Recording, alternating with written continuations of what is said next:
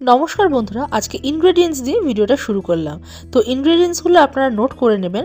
আজকে বানাতে চলেছি মাল্টিগ্রেন বা মাল্টি সিড থিন ক্র্যাকার্স। এটা কিন্তু খুব ভালো একটা স্ন্যাক্স। আর যখনই আমাদের মনে হয় না বিকেলের দিকে একটু মাঞ্চিং করি, সেই ব্যাপারটা একটু আনহেলদি হয়ে যায়, কিন্তু এই মাল্টিগ্রেন সিড খেলে কিন্তু আপনারা গিল্ট ফ্রিভাবে কিন্তু বিকেলের স্ন্যাক্সগুলো এনজয় করতে পারবেন। তো এখানে আমি 1/3 কাপ অফ চিয়া সিড নিয়েছি, half cup of flax seed নিয়েছি 1/3 কাপ সিজন সিড আর হাফ কাপ পামকিন সিড।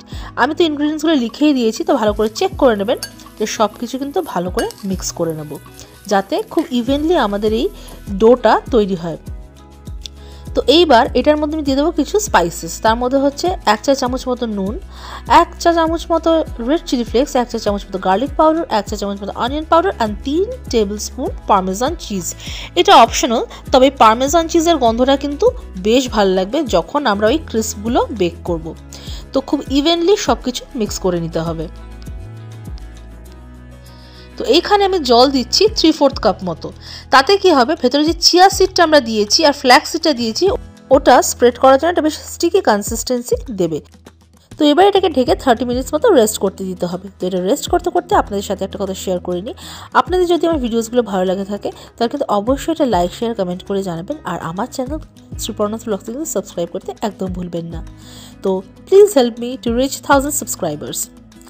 তো আধা ঘন্টা হয়ে গেছে, এখানে দেখুন এটা কিন্তু বেশ একটা আঠালো একটা ব্যাপার চলে এসছে।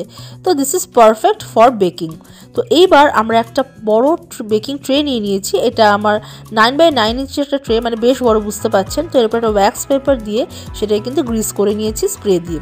এবার এটাকে কিন্তু ভালো করে স্প্যাটুলার সাহায্যে স্প্রেড করে দেবো, একদম ইভেনলি স্প্রেড করবে যাতে একটা পাতলা লেয়ার তৈরি হয়। আর যত পাতলা হবে তত ইজিলি কিন্তু এটা বেক হয়ে যাবে। তো দেখুন এটাই কিন্তু আমি খুব ভালোভাবে ইভেনলি স্প্রেড করে নিয়েছি।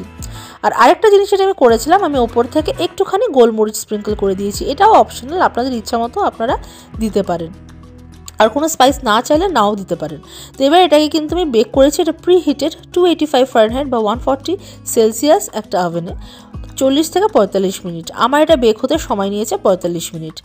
তো এটা যখন আমি বার করব তখন এটা হালকা কিন্তু নরম থাকবে, সো টেনশন করবেন না, ওটা একটু পরে শক্ত হয়ে যাবে। তো তখনই কিন্তু আমি এখানে শেপটা করে দেবো, নাহলে যখন এটা শক্ত হয়ে যাবে তখন কিন্তু আপনি শেপটা করতে পারবেন না, তখন করতে গেলে কিন্তু ভেঙে যাবে। তো দেখুন এখানে আমি কিভাবে শেপটা করে নিচ্ছি, একদম আমি কিন্তু স্কোয়ার থিনস করেছি। আর বিশ্বাস করুন সন্ধ্যাবেলা কিন্তু এটা খেতে বেশ ভালো লাগে। সন্ধ্যাবেলা কেন, আপনার যখনই মন চাইবে একটু খুচখাচ খেতে, তখনই কিন্তু আপনি এটা খেতে পারবেন। আর আরও কি ভালো লাগবে বলুন তো, যদি ওপরে একটু চাট মশলা আর বিট নুন ছড়িয়ে দেন।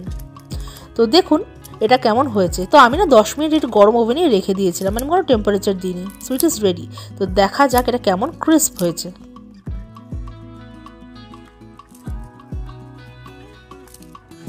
তো আওয়াজ শুনে বুঝতেই পারছেন যে কতটা মচমচে হয়েছে এটা। তো এই ছিল আমার ভিডিও। যদি ভিডিওটা ভালো লেগে থাকে তাহলে কিন্তু অবশ্যই একটা লাইক, শেয়ার আর কমেন্ট করবেন। আর আমার চ্যানেল শ্রীপর্ণাস ব্লগসে কিন্তু সাবস্ক্রাইব করতে একদম ভুলবেন না। জানবেন সাবস্ক্রিপশন বাটনটা কিন্তু আপনাদের জন্য একদমই free. And if you do subscribe we get encourage to make more videos like this. সবাই ভালো থাকবেন, সুস্থ থাকবেন, দেখা হচ্ছে পরের ভিডিওতে। টাটা।